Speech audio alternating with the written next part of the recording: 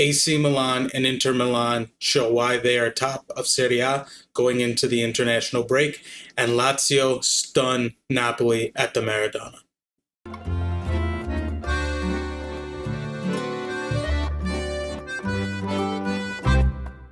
In round 3 of Serie A, we saw AC Milan take down Roma, Inter Milan dismantled Fiorentina at the San Siro, and Lazio shocked Napoli. To start, we saw Sassuolo beat Verona 3-1. Berardi returned to the starting lineup for Sassuolo and led the team with 2 goals, and it looks like the magic through the first couple of rounds for Verona is starting to wear off. Frosinone were unable to follow up their great win last week and drew Udinese 0-0.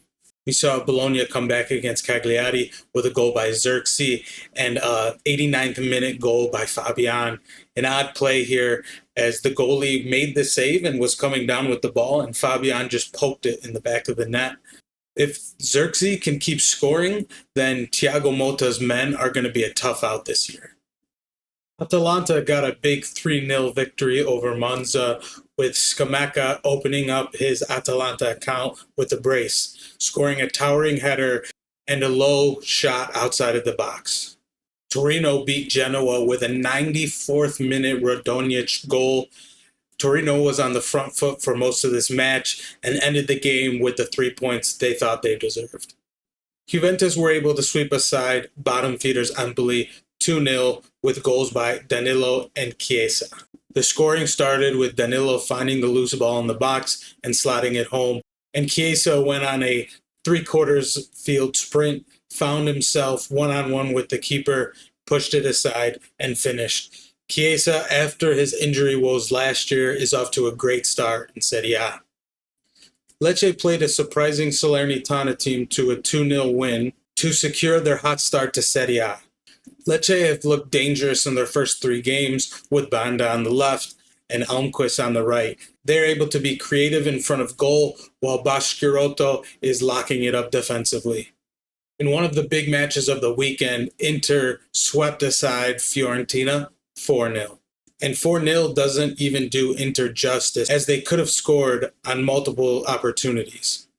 I really thought Fiorentina was going to put up a fight in this match, but it was all Inter. They are so good in transition. They have the speed, the creativity, and the poise to finish in front of goal. They are so fast when transitioning from defense to offense with those midfielders like Barella, making those runs forward and opening up Thuram, Lautaro Martinez to have opportunities in front of net. In one of the marquee matchups of round 3, saw Pioli's AC Milan take on Jose Mourinho's Roma, which saw Olivier Giroud score the first goal on a penalty kick, and in the second half saw maybe the goal of the year with Leao scoring a bicycle kick with a defender draped all over him.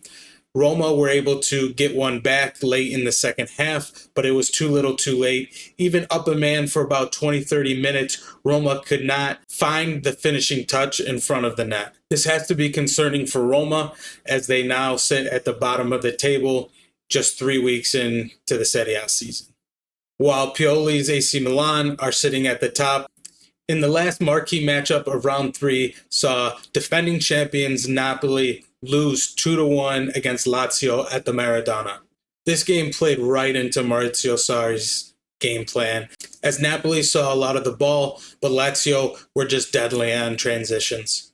And this game could have been a lot worse, as Lazio had a couple goals called for offsides, and these calls were close. Lazio, with a foot here or there, could have saw them winning 3-1 or even 4-1 at the Maradona. With 3 rounds of Serie A completed, we now go into the international break, so let's take a look at the table as it stands.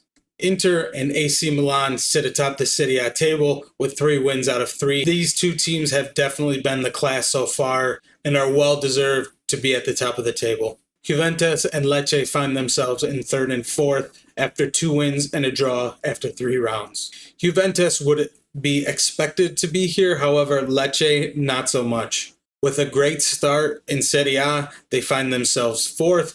Now, they will not stay here all year, but they do have a strong squad that I think can push around mid-table.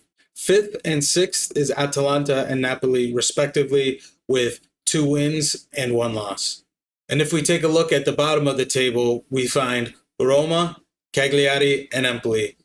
Cagliari and Empoli will probably stay here most of the year, as they will be fighting a relegation battle all year long, while Roma has had the worst start since, I think, the 95-96 season.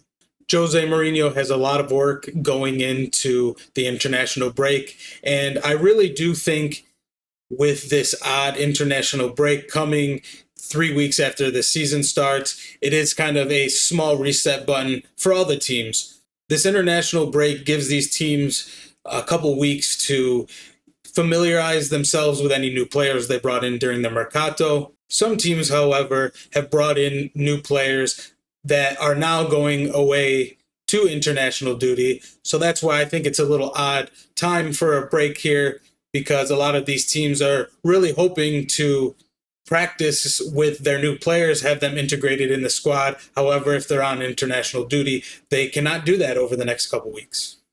So far in Serie A, we've seen some really great goals, some really great games, a bunch of upsets already. If this is just a preview on what the rest of the year is going to bring, we should be in for a great Serie A season. I think next week during the international break, I'm going to look over the teams and do an official prediction. I think now that we have this little break and the Mercato is closed, I can now formulate my opinion on who I think will win Serie A, who will be top four, who will make Europe, and who will get relegated. Well, thank you for tuning in this week. Ciao.